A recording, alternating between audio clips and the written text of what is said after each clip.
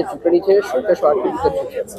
બાર કાઉન્સિલની અંદર આખા ગુજરાતમાં આજે ચૂંટણી છે અને આખા ગુજરાતની અંદર 78,000 જેટલા વકીલો છે. રાજકોટની અંદર 4400 વકીલો આજે મતદાન કરવાના છે. સામાન્ય રીતે 70% વોટિંગ થતું હોય છે અને છેલ્લી 2 ટર્મથી ગુજરાતની અંદર હું સૌથી વધુ મતે જીતેલો ઉમેદવાર છું અને આ વર્ષે પણ મને કામના આધારે હું એવું ચોક્કસ કહી શકીશ કે હું નંબર 1માં જીતીશ.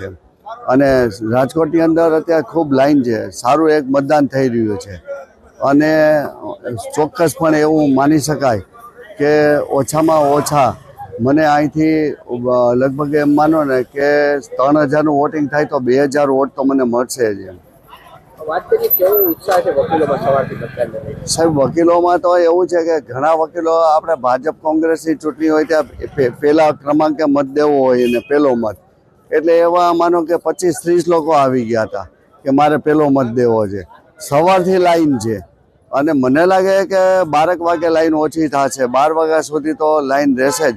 અંદર પણ ખૂબ સારી સુવિધા છે અને અંદર ક્યાંય મતદારોને કાંઈ હેરાન થવું પડે એવી પરિસ્થિતિ નથી.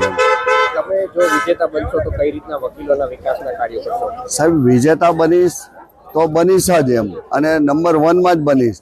અને વકીલોના કામ તો સાહેબ અમે છેલ્લા 20 વર્ષથી કરતા આવ્યા છીએ અને વકીલોને તો એની આપણી માતૃ સંસ્થા છે, વકીલોને લગત જે કામો હોય છે એ કરતા આવી છે અને કરતા રહેશું. એટલે તો આખા ગુજરાતના વકીલો સૌથી વધુ મને મતે જીતે છે.